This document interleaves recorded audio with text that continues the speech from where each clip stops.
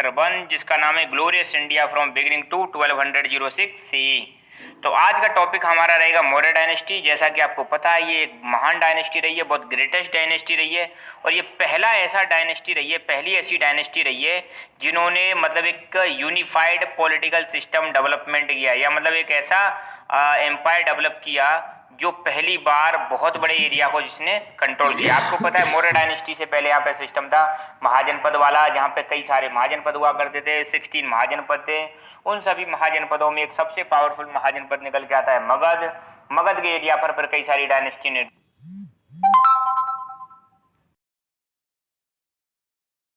किया। फाइनली एक बड़ी डायनेस्टी और एक ग्रेटेस्ट डायनेस्टी और एक पावरफुल डायनेस्टी इमर्ज जो है होकर जो आती है वो है मौर्य डायनेस्टी। मौर्य डायनेस्टी ने रूल किया था 321 BCE से लेकर 185 BCE तक। ध्यान रखना BCE में या BCE में डेट जो होती है वो रिवर्स में चलती हैं। फिर भी अगर आपको डेट्स में कोई कंफ्यूजन है तो मैंने ऑलरेडी एक लेक्चर डाल रखा है जिसमें मतलब बता रखा है। आप अगर उसको देखना चाहो तो देख सकते हो, 5-10 मिनट का लेक्चर है। आप सर्च करना concept of AD BC by lucky sir, उसमें आप फिर ये सारी चीज़ें देख सकते हो। बाय द वे लेक्चर की शुरुआत करते हैं। मौर्य डायनेस्टी, मौर्य एम्पायर, ठीक है। तो सबसे पहले हम सिर्फ बेसिक्स डिस्कस करेंगे। आई एम सेइंग हम क्या डिस्कस करेंगे? बेसिक्स डिस्कस करेंगे। बेसिक्स अगर हमें आते हैं तो फिर दिक्कत नहीं आएगी। ध्यान रखना इनके आपको नोट्स नहीं बनाने, no need to make notes. जब नोट अब अपने क्लास 10th का चैप्टर स्टार्ट होगा वहां पर मैं बता दूंगा कि अब आपको नोट्स बनाने, अब यहाँ से क्लास 10th का चैप्टर स्टार्ट हो रहा है। तो अभी जो भी चीज हम डिस्कस करने वाले that is for your understanding. You need to have good grip on basics. अगर आपकी बेसिक्स पर अच्छी पकड़ है तो आपको फिर समझने में कोई प्रॉब्लम नहीं आएगी। तो बेसिक्स में जरूर बताऊंगा जहां जहां जरूरत पड़ेगी। तो सबसे पहले हम बेसिक्स को जानेंगे कि मौर्य डायनेस्टी का एस्टेब्लिशमेंट कैसे हुआ, मौर्य डायनेस्टी का स्थापना कैसे हुई इंडिया में, वो सारी चीजें जानेंगे। इन सबको जानने से पहले आपको एक चीज बार बार मिलेगी जिसको हम बोलते हैं एम्पायर। एम्पायर का मतलब होता है साम्राज्य, ठीक है। तो एम्पायर क्या होता है ये चीज हमें जाननी पड़ेगी। तो empire is a large territory then kingdom. एक तो होता है किंगडम, किंगडम का मतलब है राज्य, ठीक है। जैसे हो सकता है 1 राज्य, 2 राज्य, 3 राज्य, 4 राज्य, 5 राज्य, 6 राज्य, 7 राज्य, 8 राज्य, ये अलग अलग किंगडम है और इन पर 8 रूल कर रहे हैं। मगर एम्पायर क्या होता है, इन सबको मिला दो इसके बराबर एटलीस्ट। तो एम्पायर मतलब ध्यान रखना है एम्पायर जो होता है वो किंगडम से बड़ा होता है और ये किंगडम से ज्यादा पावरफुल होता है, ठीक है। और एम्पायर का एक मेन रूलर होता है जिसको हम बोलते हैं एम्परर। एम्परर मतलब सम्राट, सम्राट बोलते हैं, ठीक है। और एम्पायर में कई सारे मिनिस्टर्स एंड ऑफिशियल्स होते हैं, ठीक है। क्योंकि ये बहुत ज्यादा बड़ा है इसलिए इसमें कई सारे मंत्री होंगे, कई सारे मिनिस्टर्स होंगे, ठीक है। तो ये एम्पायर के बारे में हमें ये पता होनी चाहिए एम्पायर क्या होता है। अच्छा, जैसा कि आप देख सकते हो ये ब्लू जो दिखा रखा है ये एक एम्पायर है। यहाँ पर कौन रूल करता था? मौर्य रूल करते थे। आप देख सकते हो कितने विशाल एरिया पर मौर्य डायनेस्टी फैली हुई थी, ठीक है। जबकि किंगडम, किंगडम क्या होते हैं? छोटे छोटे से ऐसे कई सारे किंगडम होते हैं, मगर empire it's too large, okay. अच्छा, एम्पायर की एक लार्ज आर्मी होती है, एम्पायर के पास एक बहुत बड़ी आर्मी होगी। अब सीधी सीधी बात है जब इतने बड़े एरिया को कंट्रोल करना है so you can not keep it with 100 और 1000 सोल्जर्स। तो इसके लिए लाखों में हमें क्या रखनी पड़ेगी? आर्मी रखनी पड़ती है। तो एम्पायर के पास बहुत बड़ी आर्मी होती है, एम्पायर में बहुत सारे लोग रहते हैं, ठीक है। एम्पायर को स्ट्रॉन्ग बनाने के लिए एक एफिशिएंट और एक पावरफुल और एक कुशल रूलर की आवश्यकता होती है। तो ये हो गया एम्पायर, ठीक है। तो ध्यान रखना एम्पायर बड़ा होता है, किंगडम छोटा होता है। अब बात करते हैं कि डायनेस्टी क्या होती है। डायनेस्टी को हिंदी में बोलते हैं वंश, ठीक है। अब जैसा कि आप पढ़ोगे Maurya dynasty, Nanda dynasty, Haryanka dynasty, Shishunaga dynasty, Gupta dynasty, ये डायनेस्टी, वो डायनेस्टी, ये कई सारी डायनेस्टी हम पढ़ते रहते हैं, ठीक है। तो डायनेस्टी क्या होती है? तो डायनेस्टी का मतलब है dynasty refers to a chain of individuals who became the ruler of the empire और किंगडम वन आफ्टर अनदर। मतलब डायनेस्टी में ऐसा होता है कि सबसे पहले जैसे मान लो यहाँ पे कोई राजा बना, जैसे हम बात करते हैं मौर्य डायनेस्टी, तो मौर्य डायनेस्टी में सबसे पहले चंद्रगुप्त मौर्य इसके फाउंडर थे, ठीक है। चंद्रगुप्त मौर्य ने मौर्य डायनेस्टी का फाउंडेशन ले किया। फिर उसके बाद आते हैं बिंदुसार, सॉरी क्या आते हैं? बिंदुसार। फिर बिंदुसार के बाद आते हैं अशोक, फिर ऐसे ही करके अशोक के बाद आएंगे। तो ऐसे करके वन आफ्टर अनदर, मतलब एक के बाद एक के बाद एक। पहले एक राजा बन गया, किंग बन गया, फिर उसका बेटा किंग बन गया, फिर उसका इस वाले का बेटा किंग बन गया, फिर इस वाले का बेटा किंग बन गया। मतलब एक के बाद राजा, उसका बेटा राजा, उसका बेटा राजा, बेटे के बाद उसका बेटा राजा, ऐसे करके जो सिस्टम चलता रहता है उसको हम बोलते हैं डायनेस्टी, ठीक है। और इसमें जो रूलर्स होते हैं वो सेम फैमिली से रहते हैं, एक ही फैमिली से बिलोंग करते हैं, दूसरी फैमिली से बिलोंग नहीं करते जिस फैमिली की वो डायनेस्टी है, ठीक है। तो people from the same family becoming rulers one after another, same family से रूलर बनते चले जाते हैं लोग बाग। अब थोड़ा सा हम डिस्कस करेंगे कि अलेक्जेंडर द ग्रेट के बारे में, अलेक्जेंडर के बारे में पढ़ेंगे, सिकंदर के बारे में पढ़ेंगे, जो दुनिया पर राज करना चाहते थे, दुनिया को अपने बस में लेना चाहते थे, उन सिकंदर के बारे में पढ़ेंगे, क्योंकि इनका अलेक्जेंडर को हिंदी में बोलते हैं सिकंदर, ध्यान रखना, ठीक है। तो अलेक्जेंडर का बीच बीच में जिक्र आएगा, तो इसलिए पहले ही देख लेते हैं। तो he was the ruler of Macedonia, ये मैसेडोनिया के रूलर थे। ये most powerful Greek state, Macedonia एक ग्रीस का एक बहुत पावरफुल स्टेट हुआ करता था, ध्यान रखना। मैसेडोनिया कहाँ का है? ग्रीक का एक पावरफुल स्टेट है। तो ये जो रूलर हैं अलेक्जेंडर द ग्रेट, ये कहाँ के थे? ग्रीक के थे, ठीक है। इनको दूसरे नाम से भी जाना जाता है, अलेक्जेंडर द ग्रेट के नाम से भी जाना जाता है, ठीक है। इनको अपनी कंक्वेस्ट के नाम के लिए भी जाना जाता है। इन्होंने बहुत सारी जगह पर अपनी विजय हासिल की, कई जगह पर इन्होंने जीत हासिल की थी, तो उसके लिए भी इनको जाना जाता है। ये इंडिया में भी आए, जीत के सिलसिले को आगे बढ़ाने के लिए इंडिया की तरफ भी ये कंट्रोल करना चाहते थे। इनको पता था कि इंडिया बहुत ज़्यादा महान कंट्री है, इंडिया बहुत ही ज़्यादा पावरफुल कंट्री है, इंडिया बहुत ही ज़्यादा प्रॉस्परस कंट्री है। इंडिया को गोल्डन वर्ल्ड कहते थे, आपको पता है उस जमाने में गोल्डन वर्ल्ड हुआ करता था, बहुत ज़्यादा मतलब धनवान हुआ करता था। इसलिए ये इंडिया की तरफ भी पहुंचे, कौन? Alexander the great. और ये पहुंचते कैसे हैं? ये पहुंचते नॉर्थ वेस्ट से। इंडिया में आपको पता है नॉर्थ वेस्ट में जो पाकिस्तान है उस वाले रास्ते से, वहां पर एक एरिया खैबर पास, ठीक है, अफगानिस्तान के पास एक पास है, पहाड़ियों में एक रास्ता है, उसको बोलते हैं खैबर पास। तो खैबर पास से होते हुए इंडिया में पहुंचे 326 बीसी में, याद रखना 326 बीसी में अलेक्जेंडर द ग्रेट कहां पर पहुंचते हैं? इंडिया में पहुंचते हैं। और इस समय इंडिया में रूल चल रहा था नंदा डायनेस्टी का। इंडिया में मतलब जो नॉर्थ एरिया था या मगध जो था, जो सबसे पावरफुल एम्पायर था मगध, वहां पर रूल कर रहे थे नंदा। किसके टाइम पर? जब अलेक्जेंडर ने इंडिया में प्रवेश किया, ठीक है। और इनके कमांडर थे सेल्यूकस निकेटर, ध्यान रखना इनके कमांडर कौन थे? Seleucus Nicator. हालांकि इन्होंने नंदा से डायरेक्ट फाइट नहीं की थी, इनकी फाइट हुई थी, आपको पता है पहले पोरस थे, एक राजा थे पंजाब वाले एरिया के, तो पंजाब के राजा से इनकी लड़ाई होती है, जिसको हाइडेस्पीच का बैटल ही बोलते हैं, ठीक है। वो राजा पोरस बड़ी बहादुरी पूर्वक इनसे लड़ाई भी लड़ते हैं, वो सारी कहानी है, अपने बुक में इतना है नहीं। तो आप ध्यान रखना अलेक्जेंडर एक रूलर थे, कहाँ के? ग्रीक के, मैसेडोनिया के, जो इन्होंने अटैक किया था। किसके समय पर अटैक किया था? नंदा रूलर्स के समय पर अटैक किया था। अब एंशिएंट इंडिया में जो नंदा डायनेस्टी है वो कौन से क्रम पर आ रही है, ठीक है। तो आपको पता है, हमने पिछले लेक्चर में पढ़े थे महाजनपद। जैसे ही महाजनपद थे, 16 महाजनपद के बारे में पढ़ा था। 16 महाजनपद में भी दो प्रकार के थे, एक जगह पर तो रिपब्लिक वाला सिस्टम था, एक जगह पर मोनार्की वाला सिस्टम था, ठीक है। फिर महाजनपदों में 16 में से भी पावरफुल निकल के आता है, वो था मगध। तो मगध पर फिर रूल स्टेब्लिश होता है, पहले हर्यंक डायनेस्टी रूल करती है, फिर हर्यंक डायनेस्टी के बाद आती है शिशुनाग डायनेस्टी, और शिशुनाग डायनेस्टी के बाद तीसरी आती है फिर नंद डायनेस्टी। और नंद डायनेस्टी के लास्ट रूलर धनानंद को हराकर चंद्रगुप्त मौर्य ने चाणक्य की सहायता से कौन सी डायनेस्टी बनाई? मौर्य डायनेस्टी, ठीक है। तो मौर्य डायनेस्टी से पहले आपको पता होना चाहिए, आइडिया होना चाहिए, मौर्य डायनेस्टी से पहले भी मगध वाले एरिया में, मगध जो आज भी डेट में बिहार वाला एरिया है, उस पूरे एरिया में कौन रूल करते थे? इन सारी डायनेस्टियों ने रूल किया है, ठीक है। कौन कौन सी डायनेस्टी है? महाजनपद के बाद आती है हर्यंक डायनेस्टी, फिर शिशुनाग डायनेस्टी, फिर नंदा डायनेस्टी, और नंदा डायनेस्टी के बाद मौर्य डायनेस्टी। और जैसे ही मौर्य डायनेस्टी खत्म होती है उसके बाद आ जाती है सुंग डायनेस्टी। फिर सुंग डायनेस्टी के बाद कई सारी डायनेस्टियों ने रूल किया, कण्व डायनेस्टी, गुप्ता डायनेस्टी, सातवाहन, कुषाण, शक, चेरा, चोलाज, पांड्याज, पल्लवाज, पालाज, प्रत्यास, राष्ट्रकूट, डॉट डॉट डॉट, ऐसे कई सारी डायनेस्टी जिन्होंने क्या किया था? रूल किया था, ठीक है। ये क्रम से नहीं है, ध्यान रखना, अलग अलग है, मगर यहाँ तक ये चीजें आपको क्रम से बता रखी है मैंने, कौन कौन सी किस किस ने कब कब रूल किया। एक्चुअली क्या अलग अलग जगह पर, अलग अलग एरिया में, इंडिया में अलग अलग समय पर अलग अलग डायनेस्टी हुआ करती थी, ठीक है। तो बहुत सारी डायनेस्टियों ने रूल किया था। तो डायनेस्टी समझ रहे हो ना, एक ही फैमिली से रूलर्स बनते चले आना। तो मौर्य डायनेस्टी में मौर्य फैमिली से रूलर्स बनेंगे, नंदा डायनेस्टी में नंदा फैमिली से रूलर्स बनेंगे, ठीक है। तो ध्यान रखना, मौर्य डायनेस्टी से पहले कौन सी थी?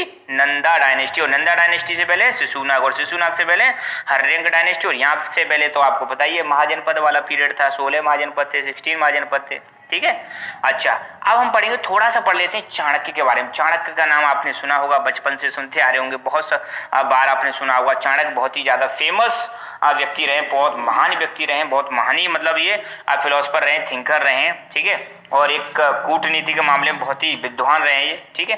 तो चाणक्य की बात करें तो इनिशियली शुरुआत में ये जो नंदा रूलर्स हुआ करते थे, नंदा डायनेस्टी के रूलर हुआ करते थे, उनके मंत्री रहा करते थे। इनके कुछ और नाम भी है, इनको विष्णुगुप्त के नाम से भी जाना जाता है, इनको कौटिल्य के नाम से भी जाना जाता है, ठीक है। तो इनकी ऐसा बताते हैं कि इनकी मतलब जो धनानंद है, नंदा डायनेस्टी का लास्ट रूलर कौन था? धनानंद, ऐसा बताते हैं। तो धनानंद जो थे लास्ट रूलर थे नंदा डायनेस्टी के, वो इनकी एक बार इंसल्ट कर देते हैं, इनकी बेइज्जती कर देते हैं, इनको मतलब बहुत ज्यादा इनके साथ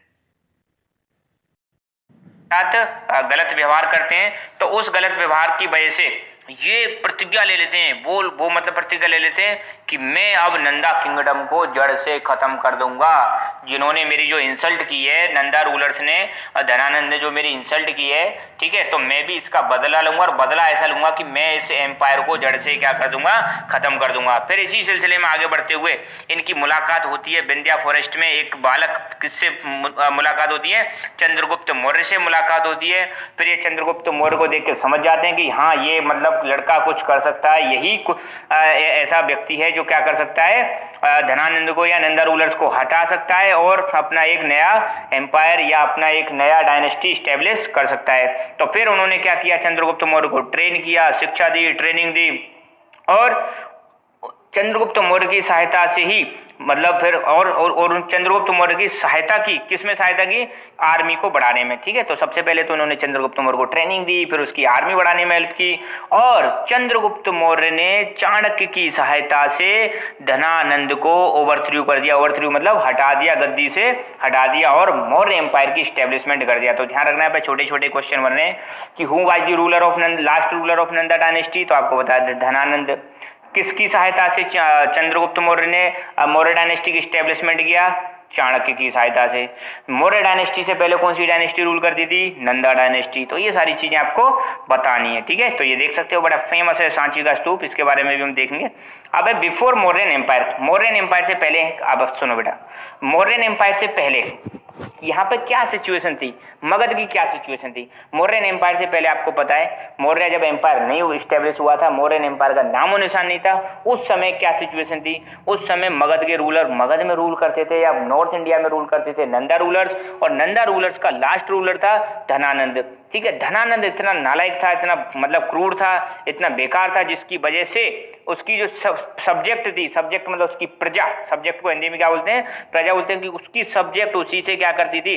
नफरत करती थी, ठीक है। इसी समय पंजाब में ग्रीक गवर्नर्स आपस में फाइटिंग कर रहे थे पावर्स के लिए कि पावर्स कौन संभालेगा, ठीक है। पूरे नॉर्थ इंडिया में, पूरा नॉर्थ इंडिया कंफ्यूजन की स्टेट में था कि यार अब क्या होगा, कौन रूलर बनेगा, कौन रूल करेगा, क्योंकि कई सारी सिचुएशन थी। एक तो ये, इससे जनता भी परेशान थी, किससे? नंद से। साथ के साथ में Greek king Alexander the great वो नॉर्थ वेस्ट में पहुंच चुके थे, इंडिया के बॉर्डर पे पहुंच चुके थे। तो इनका भी खतरा था कि अलेक्जेंडर कहीं मतलब इनको हरा के मतलब इंडिया को कंट्रोल में ना ले ले। तो इस प्रकार कई सारे चैलेंजेस थे इंडियन रूलर्स के सामने। इस वाली सिचुएशन में इंडिया में मतलब बहुत ही ज्यादा प्रॉब्लम थी, स्टेबिलिटी नहीं थी, फॉरेन रूलर्स का अटैक की खतरा था, आपस में यहाँ पे रूलर्स फाइट कर रहे थे, प्लस यहाँ का जो गवर्नेंस वाला सिस्टम था, नंदा रूलर जो थे, धनानंद सही से रूल नहीं कर रहा था, जनता पे बहुत ज्यादा टैक्स लगा रहा था, जनता भी परेशान थी। तो ऐसी सिचुएशन में जरूरत थी कि कोई आए और इन सब समस्याओं को दूर करे, बाहर से जो चैलेंजेज आ रहे हैं, फॉरेन जो चैलेंजेज आ रहे हैं, उनको रोके और अपने यहाँ पे स्टेबिलिटी क्रिएट करे, अपने यहाँ पे शांति स्टेब्लिश करे और सही से प्रशासन चलाए, जनता का भी ख्याल रखे। तो इस प्रकार की जरूरत थी। इसी बीच में आते हैं हमारे चंद्रगुप्त मौर्य, और चंद्रगुप्त मौर्य की आपको पता ही सहायता किसने की थी? चाणक्य ने की थी। तो Chandragupta Maurya with the help of his mentor, mentor मतलब जो गुरु होता है या फिर जो शिक्षा देता है या जिसकी देखरेख में कोई बड़ा हो, उसको बोलते हैं मेंटर। तो चंद्रगुप्त मौर्य ने कौटिल्य चाणक्य की सहायता से नंदा रूल्स को क्या कर दिया? खत्म कर दिया, नंदा रूलर्स को हटा दिया, लास्ट रूलर धनानंद को अपनी गद्दी से हटा दिया, और 321 बीसी में स्टैब्लिश कर दी क्या? मौर्य डायनेस्टी। क्या स्टैब्लिश कर दी? मौर्य डायनेस्टी की स्थापना कर दी। तो आपको पता है, क्वेश्चन पूछा जा सकता है कि who was the founder of Maurya empire? तो आपको बताना है Chandragupta Maurya was the founder of Maurya empire, जिन्होंने किसको हराया? धनानंद को हराया। धनानंद कौन था? The last ruler of Nanda dynasty, ठीक है। और चाणक्य को फिर पीएम बनाया जाता है, किसका? चंद्रगुप्त मौर्य का। कुछ स्टोरीज छोटी मोटी जान लेते हैं, ठीक है। तो कि मौर्य एम्पायर का फाउंडेशन कैसे हुआ, कैसे इसका नाम मौर्य रखा गया, उसके बारे में थोड़ा सा देख लेते हैं। तो बुद्धिस्ट स्टोरी के अनुसार, एक बुद्धिस्ट स्टोरी है जिसमें मतलब बताया गया है कि Chandragupta held from land of peacocks, मतलब ऐसा बताते हैं कि चंद्रगुप्त जो हैं वो कहाँ से आते हैं, उस जमीन से आते हैं जहाँ पे मोरी मोर हुआ करती थी, बहुत ज्यादा मोर हुआ करती थी, इसलिए उनका सरनेम क्या लग गया, मौर्य लग गया। And dynasty founded by him called Maurya dynasty. तो मतलब क्या कह रहे हैं कि बुद्धिस्ट स्टोरी कहती है कि चंद्रगुप्त मौर्य कहाँ से आते हैं, ऐसी जमीन से आते हैं, ऐसी एरिया से आते हैं जहाँ पे बहुत ज्यादा पीकॉक्स होती थी, मोर होती थी, इसलिए उनके नाम के पीछे लग गया मौर्य, ठीक है, और डायनेस्टी का नाम रख दिया मौर्य डायनेस्टी। तो चंद्रगुप्त मौर्य ऐसे पहले व्यक्ति थे जिन्होंने फर्स्ट एम्पायर स्टेब्लिश किया, ग्रेटेस्ट एम्पायर स्टेब्लिश किया, कहाँ पे, इंडिया में। एक और बताते हैं, अकॉर्डिंग टू सम हिस्टोरियंस, कुछ हिस्टोरियंस के अनुसार चंद्रगुप्त मौर्य क्षत्रिय नहीं थे। कुछ हिस्टोरियंस क्या कहते हैं, चंद्रगुप्त मौर्य हिस्टोरियन नहीं थे, जबकि वो बिलोंग करते थे कहाँ से, मौर्य ट्राइब से। कहाँ से बिलोंग करते थे, मौर्य ट्राइब से बिलोंग करते थे, इसीलिए उन्होंने अपनी डायनेस्टी का नाम रखा मौर्य डायनेस्टी, और नाम के आगे क्या लगाया, मौर्य लगाया, सरनेम, ठीक है। He was raised in a forest, और वो कहाँ पे पले बड़े थे, वो एक फॉरेस्ट में पले बड़े थे, विद द हर्ट्समैन। हर्ट्समैन कौन होते हैं, जो मतलब जानवर रखते हैं, पशु रखते हैं, कैटल रखते हैं, उनके साथ ये पड़े बले थे। अच्छा, मेन रूलर्स कौन कौन से हैं, हम जब मौर्य डायनेस्टी पढ़ेंगे तो इसके मेन रूलर्स, मेन शासक, मेन किंग कौन कौन से हैं, वो हैं तीन। पहले तो हैं ये फाउंडर हैं चंद्रगुप्त मौर्य, दूसरे पे हैं बिंदुसार, और तीसरे पे हैं अशोका। ये महान रूलर्स हैं जिनके बारे में हम स्टडी करेंगे मौर्य डायनेस्टी में, ठीक है। अब यहाँ से होती है हमारी बुक की शुरुआत। अब आप अपने नोट्स बना सकते हो, नहीं तो जो मैंने नोट्स बना रखे हैं उनको आप टेलीग्राम चैनल से डाउनलोड कर लेना, उसमें ये सारी चीज़ें नहीं है, उसमें जो नोट्स फॉर्म में जो नोट्स होते हैं वो मैंने दे रखे हैं। हमारा टेलीग्राम चैनल आपको पता ही है, लक्की एजुकेशन, टेलीग्राम एप्लीकेशन डाउनलोड करो, लक्की एजुकेशन चैनल सब वो ज्वाइन कर लेना, फिर उसमें आप सर्च करना, जो भी चैप्टर डालोगे आप सर्च करने पर मिल जाएगा, ठीक है। एनीवे, अब हम बुक की शुरुआत करते हैं, यहाँ से भी आप नोट्स बना सकते हो। अब जो बुक में दे रखा है उसको हम पढ़ते हैं, ठीक है।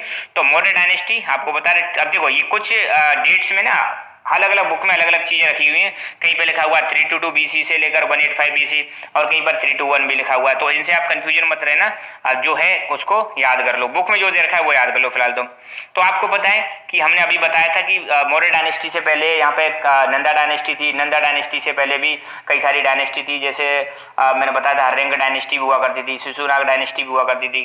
तो उससे पहले यहाँ पे 16 महाजनपद थे, पिछले लेक्चर में भी मैंने बताया था। तो 16 महाजनपदों में से सबसे पावरफुल मगध एक मोस्ट पावरफुल महाजनपद निकल के आता है, इमर्ज होता है, इमर्ज मतलब निकल के आना। और मगध डेवलप्ड इनटू ए एम्पायर, मगध एम्पायर में, एम्पायर मतलब साम्राज्य में कन्वर्ट करता है, इसको कौन करता है, हर्यंग डायनेस्टी। हर्यंग जो डायनेस्टी है, हर्यंग डायनेस्टी मगध एम्पायर को एक साम्राज्य में डेवलप करती है, मगध एरिया को एक एम्पायर में डेवलप करती है, और Magadh establish it's control over the entire north India. Magadh जो महाजनपद था वो पहले तो एम्पायर में कन्वर्ट होता है, साम्राज्य में कन्वर्ट होता है, और मगध का पूरे नॉर्थ इंडिया पर लगभग नॉर्थ इंडिया पर कंट्रोल स्टेब्लिश हो गया, पूरा की पूरा नॉर्थ इंडिया किसके कंट्रोल में आ गया, मगध में आ गया। मतलब जो भी मगध का रूलर बनेगा वो पूरे की पूरे नॉर्थ इंडिया को और इंडियन सब कॉन्टिनेंट को क्या करेगा, कंट्रोल करेगा, ठीक है।